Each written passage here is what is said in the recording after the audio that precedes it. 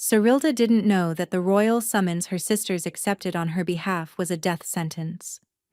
She didn't know that 17 Omegas before her had tried to calm the feral prince, and that 12 of them had been carried out in pieces.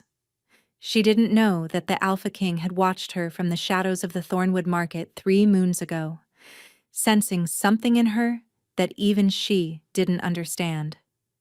And she certainly didn't know that walking through those palace gates would shatter every lie she'd ever believed about herself, starting with the ones her sisters had spent 22 years drilling into her soul.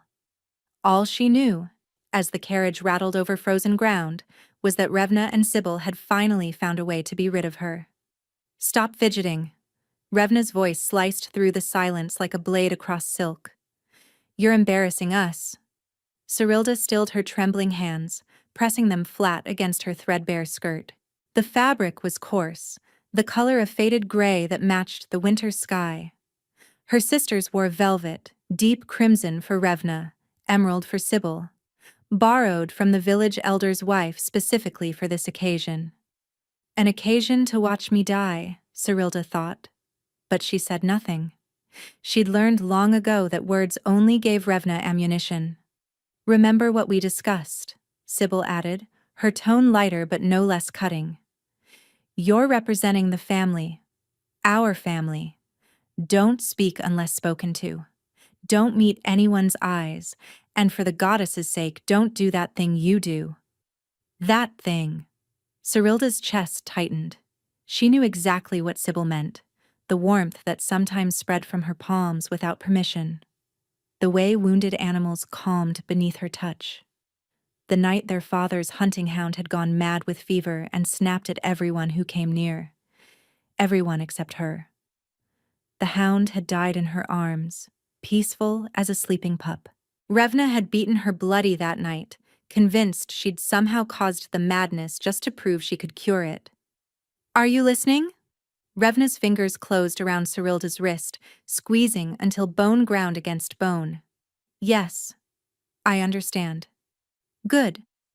Revna released her, leaving red marks that would bruise by morning.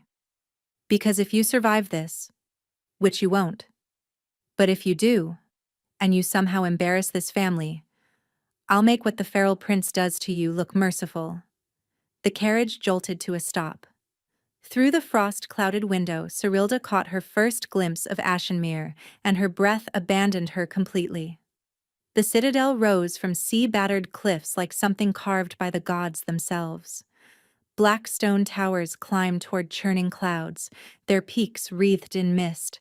The ocean roared below, waves crashing against rocks with a violence that seemed almost hungry. No warmth here, no softness. Just ancient power and the promise of storms. "This is where I'll die." The thought should have terrified her. Instead, she felt something strange and wholly unexpected. Relief. No more fetching water before dawn. No more sleeping in the root cellar when Revna needed her room for guests. No more pretending she couldn't hear them whispering about how their mother had died giving birth to her, how she'd stolen the beauty that should have been theirs, how she was cursed and wrong and better off gone.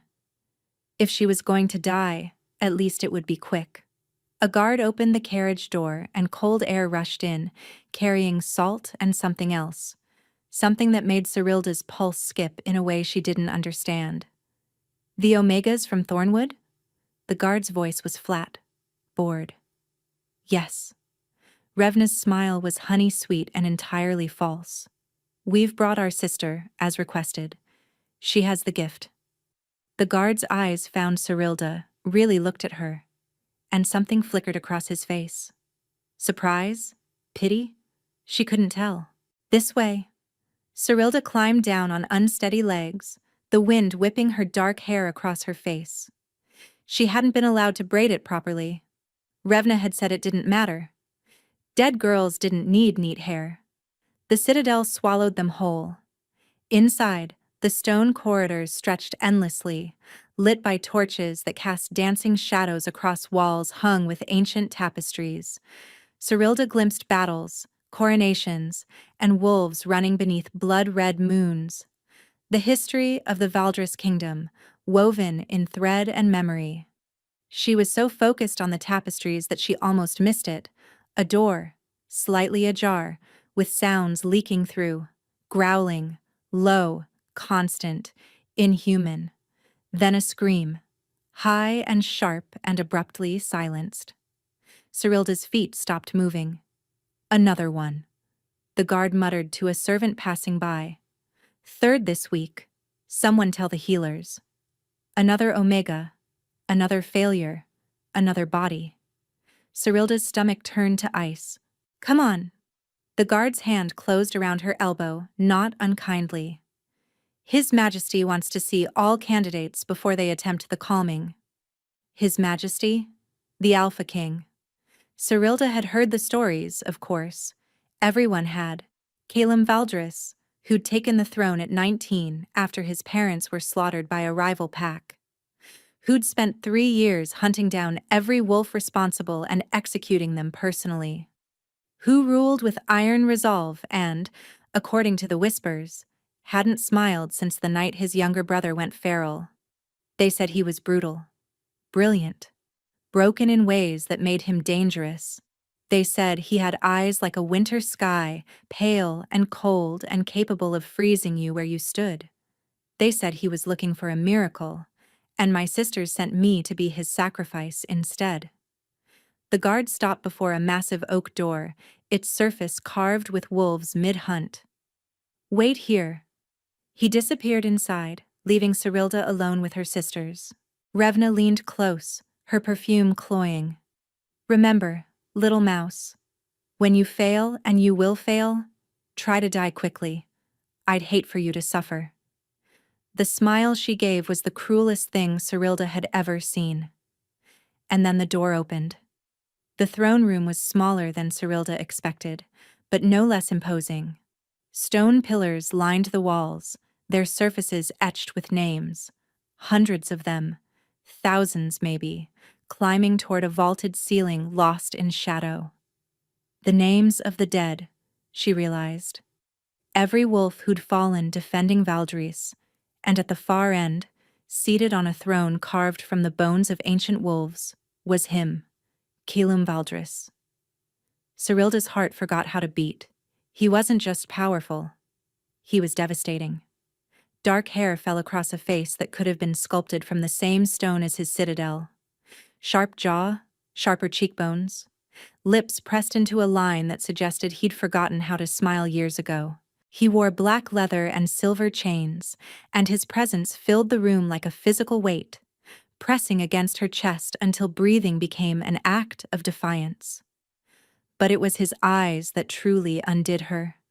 Pale gray, glacier cold, and fixed on her with an intensity that made her want to run and kneel in equal measure. Look away, her instinct screamed. You're an Omega. He's a king. Look away. She couldn't. Something in his gaze held her pinned, something beyond dominance, beyond rank. Recognition. As if he was seeing someone he'd been searching for without knowing it. Leave us. 2 words. Quiet. Absolute. Revna sputtered. Your Majesty, we're her sisters. Surely. I said leave. The temperature in the room dropped. Cyrilda felt it in her bones. The Alpha command, heavy and irresistible. Her sisters bowed jerkily and fled, the door slamming shut behind them. Silence. Calum rose from his throne, and Cyrilda realized with a jolt how tall he was, easily a head above her, broad-shouldered and moving with the controlled grace of a predator who saw no point in hurrying. Why would he? Nothing escaped him? He circled her slowly, and she felt his gaze like a physical touch, trailing over her patched dress, her wind-tangled hair, and the bruises on her wrist that Revna's grip had left. They hurt you. Not a question. Cyrilda's voice came out smaller than she intended. It's nothing, Your Majesty. It's not nothing. He stopped in front of her, close enough that she could smell him, pine and smoke and something wild that made her wolf stir for the first time in years. Your sisters. They did this? She said nothing. Couldn't. A lifetime of silence had sealed her throat. Calum studied her for a long moment. Then, impossibly, his expression softened. Just a fraction. Just enough to make him look almost human. I'm not going to hurt you, Cyrilda. Her name. He knew her name. How? I make it my business to know who enters my home. He moved toward a table near the window where a pitcher of water sat beside 2 cups. He poured one, brought it to her, waited until her trembling fingers wrapped around it before stepping back. He served me, she thought, dazed. A king served me water. Drink. You're pale. She drank, tasting nothing, feeling everything. Calum returned to the table and leaned against it, arms crossed, waiting, watching. You've heard what happens to Omegas who attempt the calming, he said eventually. Yes. And you came anyway. I didn't have a choice.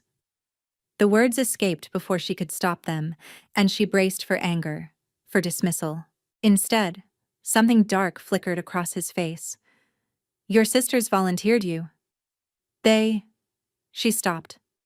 How did you know? Because I've watched you. He said it simply, without apology. 3 moons ago, in the Thornwood Market, a cart horse spooked, nearly trampled a child. You stepped in front of it, an Omega, unarmed, facing 1,000 pounds of panicked animal, and you touched its neck. The horse stopped mid-rear, stood there like a lamb while you whispered in its ear. Cyrilda's blood chilled. You were there? I was looking for someone with your gift. A gift rare enough that most believe it's legend. He paused. An Omega who can calm any wolf, no matter how far gone. They call it the shepherd's grace. No, I don't. Yes, you do. His voice gentled, but his eyes held hers with unshakable certainty. You've been hiding it your whole life, making yourself small, invisible, because you know what happens to Omegas with power. They get used, controlled, broken. Cyrilda's chest constricted. Everything he was saying was true, every single word.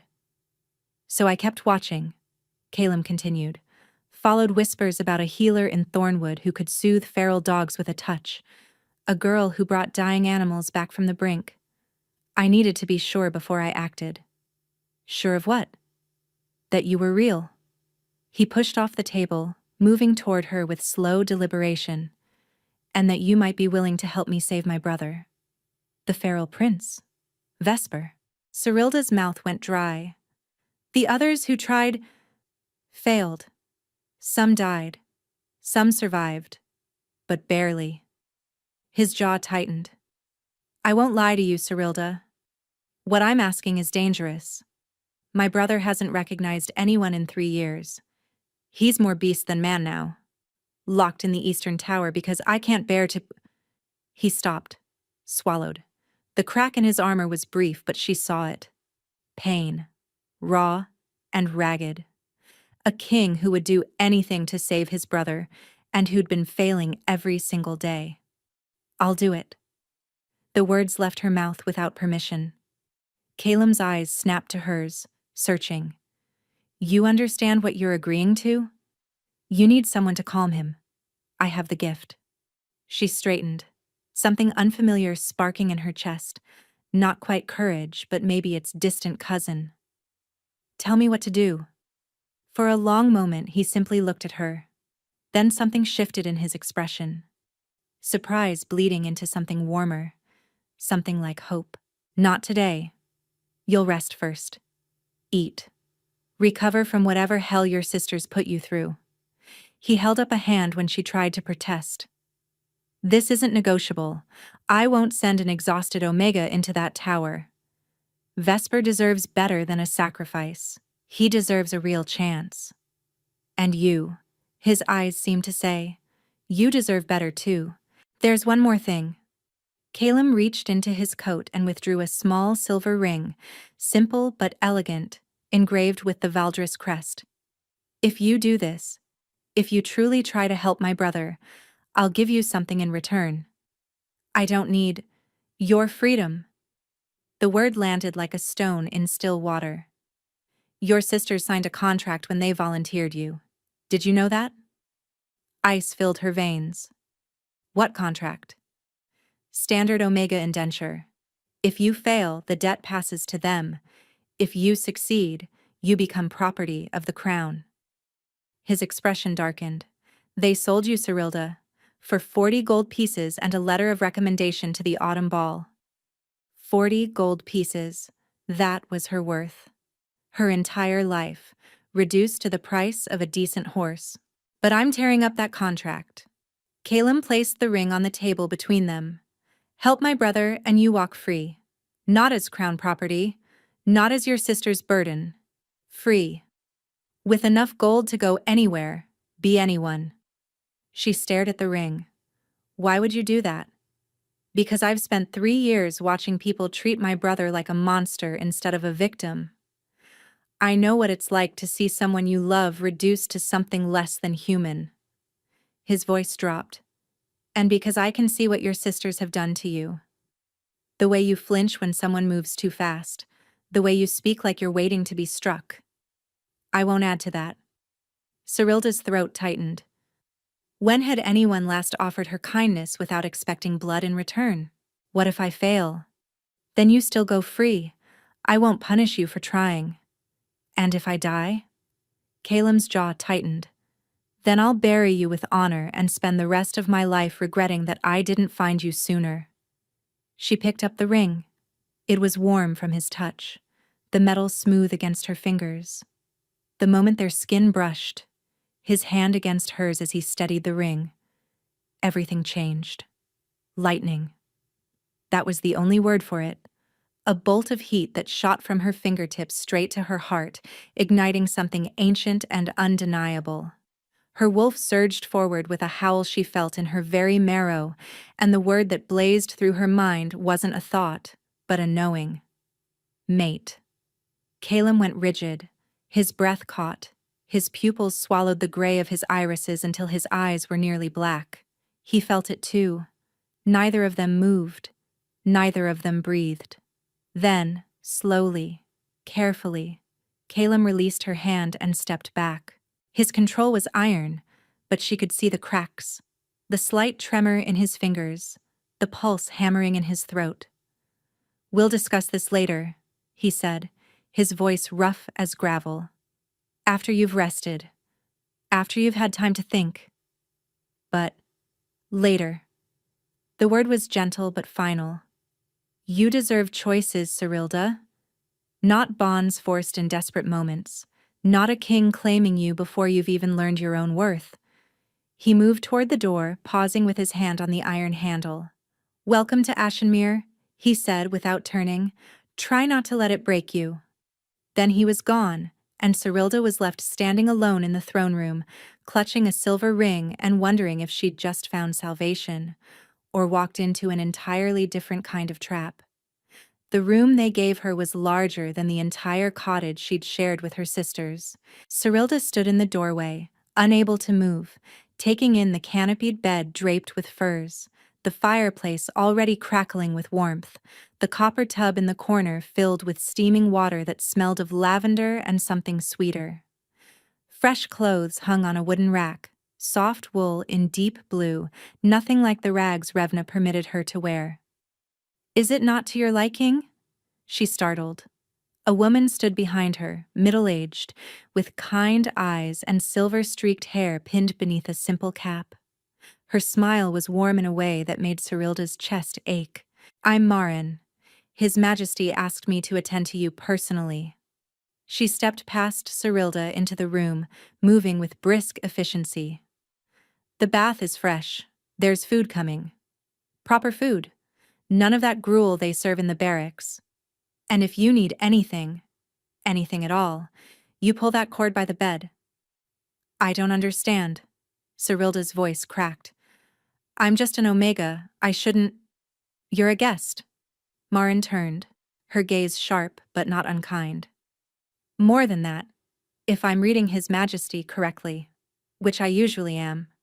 40 years in the Citadel teaches you to see what people try to hide. Guessed. No one had ever called her that. Now come. Marin gestured toward the bath. You're filthy, half-starved, and those bruises need salve. Let's get you sorted before dinner. Serilda let herself be led like a child. The warm water was heaven against her aching muscles, and she nearly cried when Marin began gently working tangles from her hair with a fine-toothed comb. The other Omegas, Serilda managed. The ones who tried before me. What happened to them? Marin's hands stilled briefly. Some survived. They're being cared for in the healer's wing. Others? She sighed. Prince Vesper isn't cruel, child. Not truly. But the feral madness. It doesn't let him see friend from foe. He attacks because he's terrified, trapped in his own mind with no way out. How did it happen? The madness? Marin resumed combing, her strokes slower now.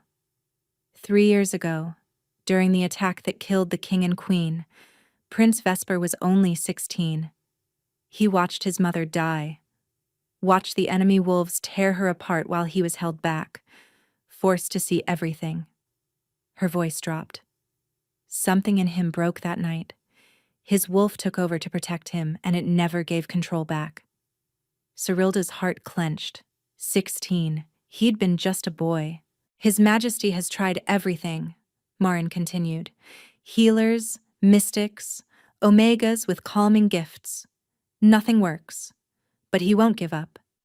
Every month, he visits the tower, sits outside Vesper's door and talks to him for hours, even though Vesper just howls and claws at the walls.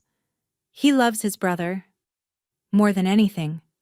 Marin helped Serilda from the tub, wrapping her in a towel softer than clouds. That's why he's desperate enough to hope you're different. Different. Serilda had spent her whole life being told she was different, and it had never been a compliment. But maybe here, in this strange fortress by the sea, different could mean something else. The food arrived as Marin promised.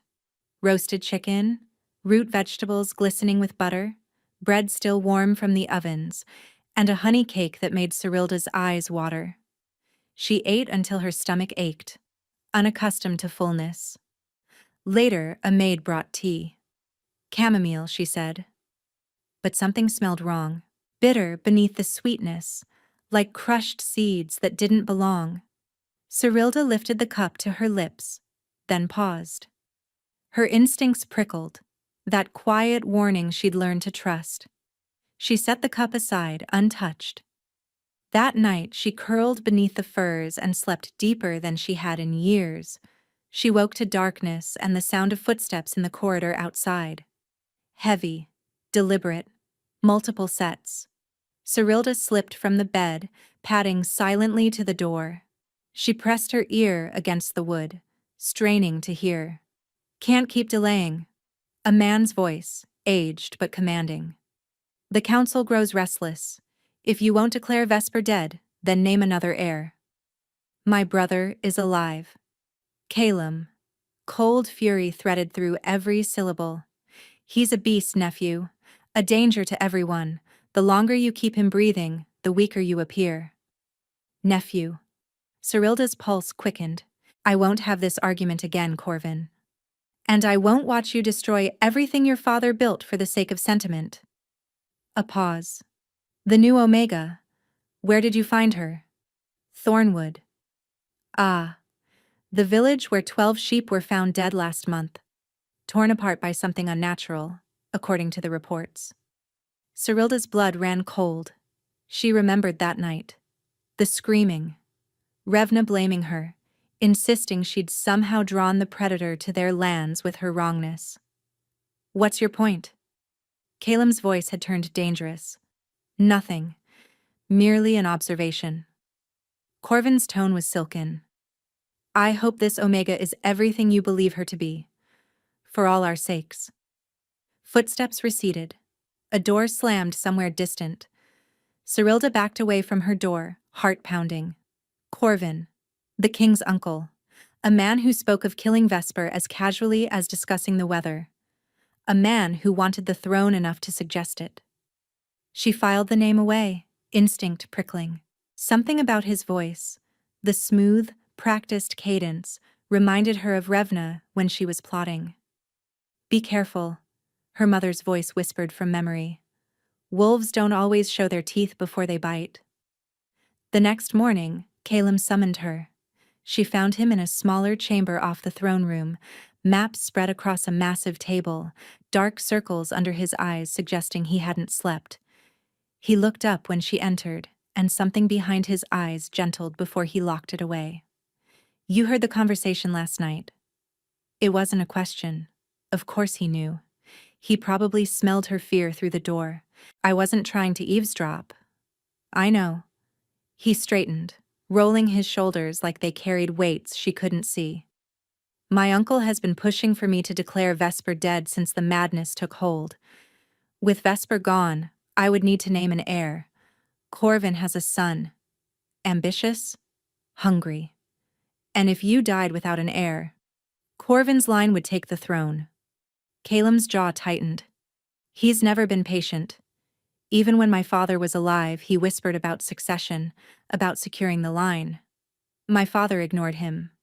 I've tried to do the same. But now he's pushing harder. Because he senses weakness. Calum moved to the window, staring out at the churning sea. Every Omega who fails makes me look desperate. Every month that passes without improvement makes the council question whether I'm fit to rule. He paused. Corvin has allies. More every year. If something happened to me, he'd let Vesper rot. He'd have Vesper killed within the hour. Calum turned back to her, and she saw the weight of it. The exhaustion, the grief, the impossible burden of holding everything together alone. That's why I need you to succeed, Cyrilda. Not just for Vesper. For everything. She stepped closer without meaning to.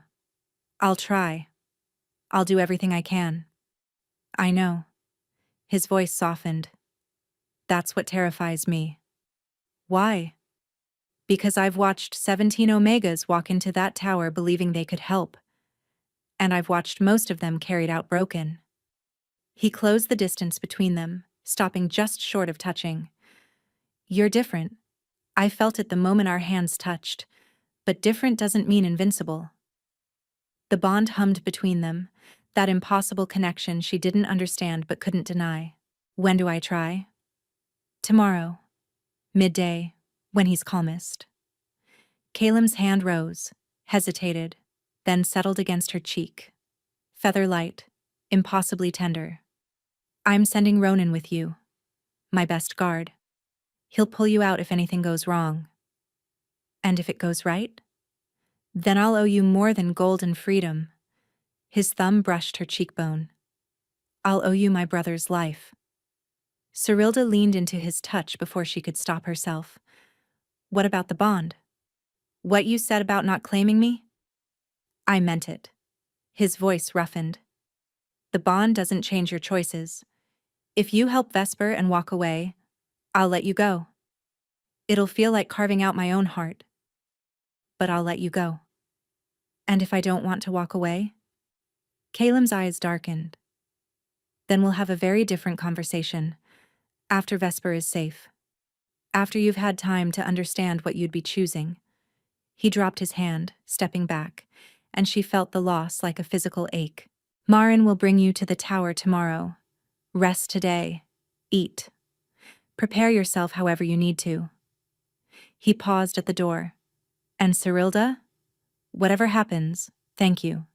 For being brave when you didn't have to be. He left before she could respond. Cyrilda stood in the empty chamber, the maps blurring before her eyes, and thought about everything that had changed in less than 2 days. A death sentence had become an opportunity. A prison had become a refuge. And a king who should have terrified her had instead looked at her like she mattered. Tomorrow, she would walk into the Eastern Tower, face a feral prince who'd killed 12 Omegas, try to do the impossible. And somewhere in this citadel, a man named Corvin was watching, waiting, hoping she would fail. Before we continue, take a moment to like this video. It helps the story reach more people, and I'd love to hear your thoughts in the comments. Cyrilda moved to the window, staring at the tower rising against the storm-dark sky. Behind those walls, a boy who'd watched his mother die was waiting. She pressed her hand to the glass. "I'm coming, Vesper. Hold on." The eastern tower smelled of iron and despair. Cyrilda climbed the spiral staircase behind Ronan, each step echoing off walls that seemed to press closer the higher they went. Torch brackets lined the stone, but half of them had been torn from their moorings, gouged out by claws, she realized, her stomach tightening. "He does that when he's agitated," Ronan said, catching her gaze. The guard was massive, built like a battering ram, but his voice was surprisingly gentle. "Tears at anything he can reach. The maids stopped coming up here after the third one ended up in the healer's wing." "How often does he hurt people?" "Only when they get too close." Ronan paused at a heavy iron door, reinforced with bands of silver. "The Omegas who tried before, they went in thinking soft words and gentle touches would be enough. They didn't understand." "Understand what?" "That he's not just feral." Ronan's jaw tightened. "He's grieving, has been for 3 years. His wolf won't let him surface because surfacing means feeling everything he saw that night." Cyrilda's chest ached. She'd spent her whole life burying her own pain, making herself small to survive. She understood, perhaps better than anyone, what it meant to hide inside yourself because the world was too cruel to face. "I'm ready." Ronan studied her for a long moment, then nodded. "I'll be right here. You scream? I'm through that door in seconds." "And if I can't scream?" His expression flickered. "Then I pray to the goddess I'm fast enough anyway." He unlocked the door. The room beyond was larger than she'd expected. A full chamber, not a cell. But the luxury meant nothing. Tapestries hung in shreds. Furniture had been reduced to splinters. Deep gouges marked every surface, and the smell of blood lingered beneath the iron tang. In the far corner, a shape huddled in the shadows. Cyrilda stepped inside. The door clanged shut behind her. "Don't run, don't show fear. He'll sense it." She moved slowly, carefully, the way she'd approached wounded animals her entire life. One step, then another. The shape in the corner shifted, and she caught a glimpse of matted dark hair, pale skin stretched over 2 sharp bones. Vesper. He was thinner than she'd imagined, younger looking despite being 19. His clothes were torn, his feet bare, and when he lifted his head, his eyes were pure wolf, gold and wild and utterly empty of recognition. A growl rumbled from his chest. "I know," Cyrilda said softly, sinking to her knees to make herself smaller. "I know you're scared. I know everything hurts." The growl deepened. He shifted, muscles coiling. "I'm not here to hurt you, Vesper. I'm not here to make you do anything." She held out her hand, palm up. Vulnerable. An offering. "I just want to help. If you'll let me." For a heartbeat, nothing happened. The gold eyes tracked her hand, her face, her throat. Calculating. Hunting. Then he lunged. Cyrilda didn't move, didn't flinch, didn't breathe. Vesper's clawed hand stopped an inch from her throat, trembling with barely contained violence. Up close, she could see the scars on his arms, some from battles, others clearly self-inflicted. The damage of 3 years spent at war with himself. "I know," she whispered again. "I know what it's like to want to disappear. To be so tired of hurting that you'd do anything to make it stop." Something flickered in those gold eyes, a crack in the emptiness. Slowly, impossibly, Cyrilda raised her hand and pressed her palm against his chest. Heat bloomed from her fingertips, that strange warmth she'd spent her whole life suppressing. It flowed out of her and into him, carrying everything she couldn't say. "You're not alone. You're not a monster. Someone sees you. Vesper's growl cut off. His body went rigid. And then, so quietly she almost missed it, a word. Hurts. Cyrilda's vision blurred with unshed tears. I know, but you're still here. You survived. Can't stop seeing. You don't have to stop. You just have to let someone help you carry it. The gold in his eyes flickered, and for one brief, shining moment, she saw something else beneath. Gray. Human. Vesper. Then his legs buckled and he collapsed against her, unconscious but breathing. The feral tension had drained from his body, leaving him limp and somehow smaller than before. The door burst open. Ronan stood in the threshold, blade drawn, ready to kill. He's okay, Cyrilda managed, her voice shaking. I think he's okay. Calum found her in the garden an hour later, sitting on a stone bench beneath a skeletal winter tree. Her hands wouldn't stop trembling, and she'd wrapped them in her skirt to hide it. Ronan told me what happened. He sat beside her, close enough that their shoulders almost touched. You did something no one else could. He spoke. Cyrilda's voice cracked. 3 years of silence, and he spoke to me. Because you reached him. Calum's hand covered hers, stilling the tremors. You didn't try to force him.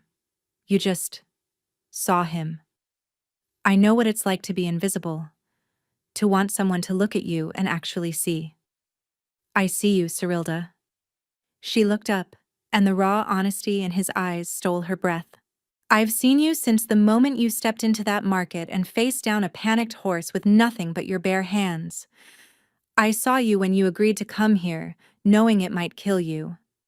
I see you now, exhausted, shaking, and still thinking about my brother instead of yourself. Calum. I know I promised not to claim you. I know you need time. His thumb traced circles on the back of her hand. But I need you to understand something. This isn't just the bond talking. This isn't instinct or magic or whatever the old stories say. His voice dropped, rough and unguarded. I am falling in love with you, Cyrilda, the woman who walks into impossible situations because someone needs help. The woman who looks at my broken brother and sees someone worth saving. I'm falling, and I don't want to stop. Her heart stuttered. No one had ever said those words to her. No one had ever looked at her like she was something precious instead of something to be used. I'm terrified, she admitted. I don't know how to be what you need. You already are. He cupped her face, tilting her chin up. Just be yourself. That's all I want. Cyrilda closed the distance between them. The kiss was soft at first, tentative, questioning. But when his arms wrapped around her, pulling her close, something ignited. She kissed him harder, pouring in everything she couldn't say. The loneliness, the hope, the desperate want for something real. When they finally broke apart, both breathing hard, Calum pressed his forehead to hers.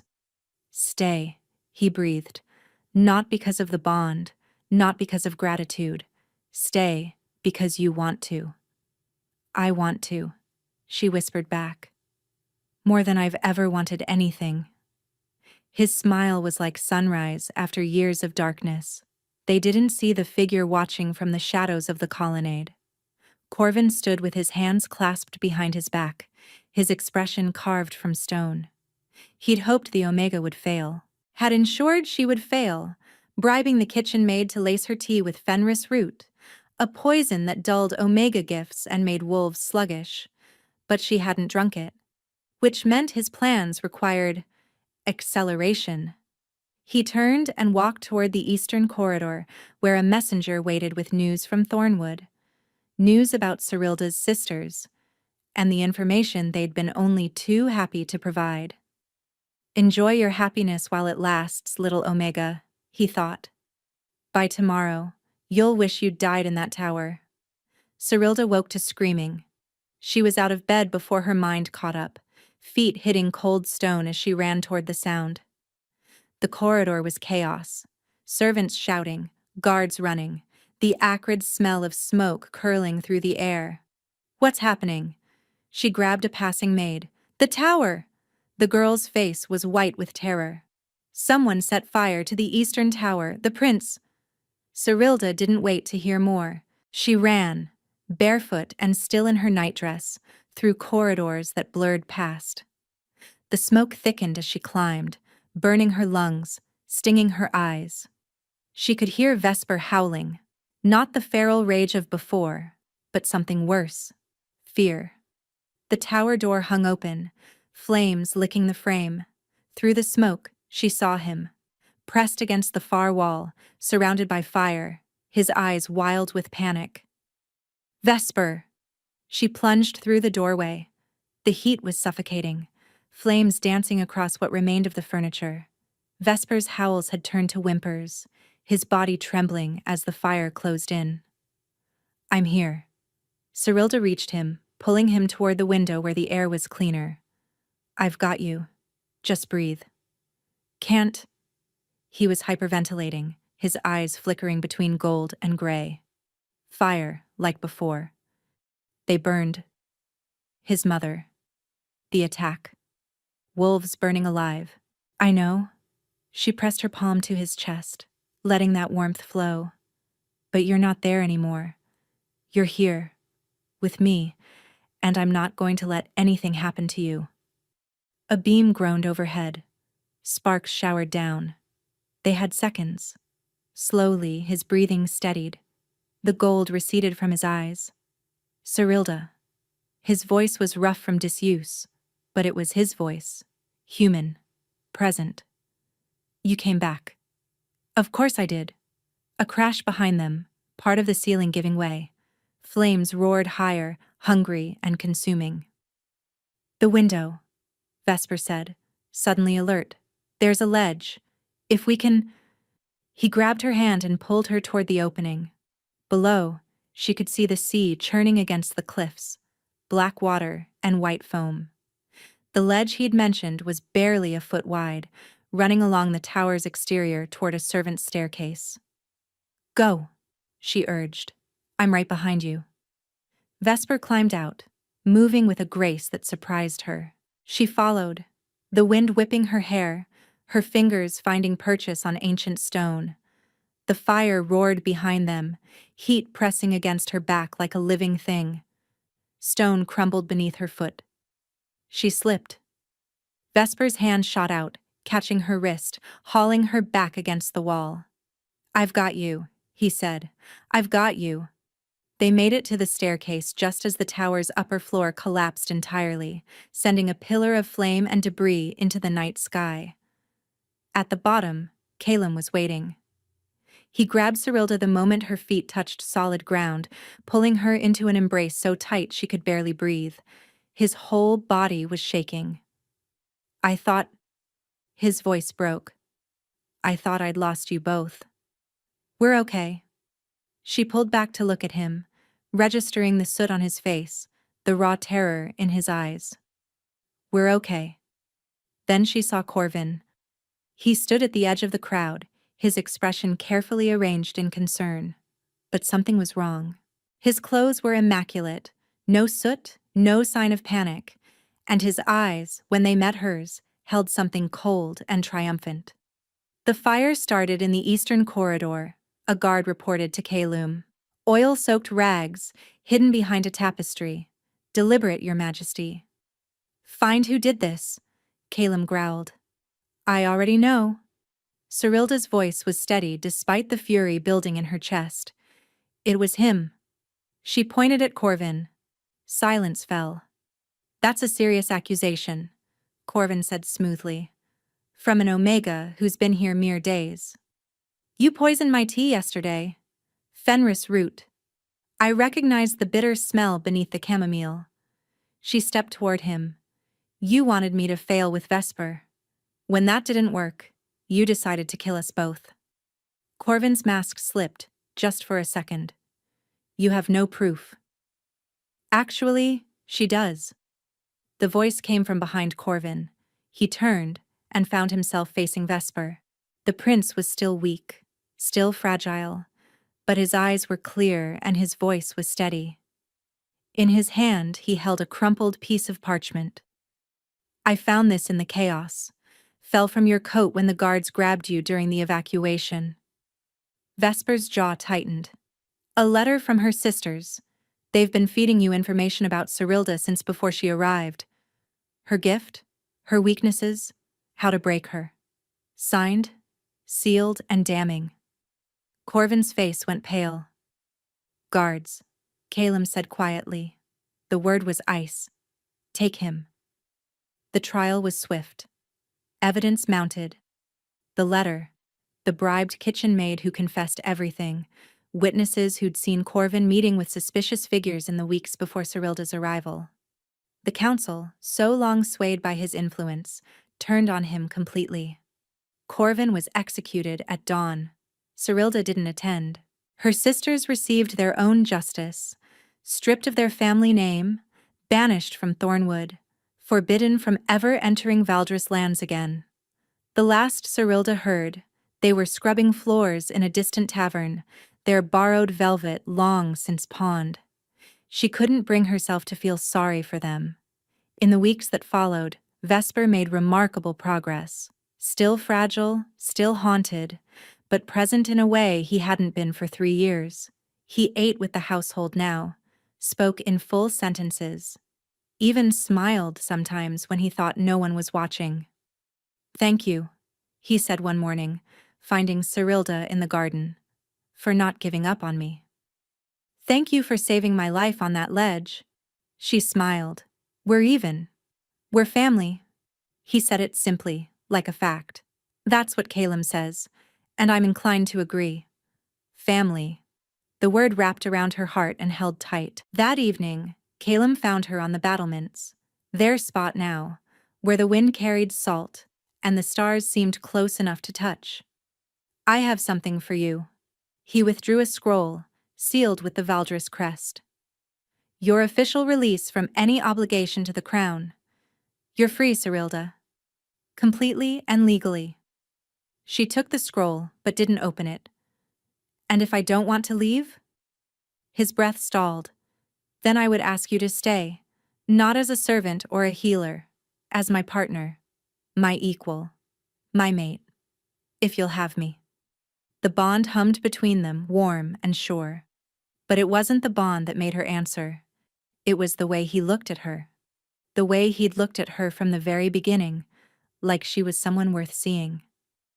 I spent my whole life being told I was worthless, she said softly. Then you saw something no one else did. I saw you. You saw me. Her throat tightened. And you didn't look away. She kissed him then, soft and fierce and full of promise. Yes, she breathed against his lips. I'll stay. I'll be yours, Calum, and you'll be mine. His arms wrapped around her, lifting her off her feet, spinning her under the stars while they both laughed. They bonded under the next full moon, with Vesper standing beside them and the entire kingdom as witness. Their vows were simple, promises of partnership, of choice, of love freely given. When the bond snapped fully into place, Cyrilda felt it like coming home, not a chain, not a trap, a bridge, connecting them while leaving room for each to stand whole. Later, they lay tangled together, moonlight spilling across the bed. Tell me something, Calum murmured. Something I don't know. Cyrilda smiled. When my sisters put me in that carriage, I thought I was going to die. I thought this was the end of everything. And now? Now I know it was the beginning. She pressed closer. They sent me here to destroy me,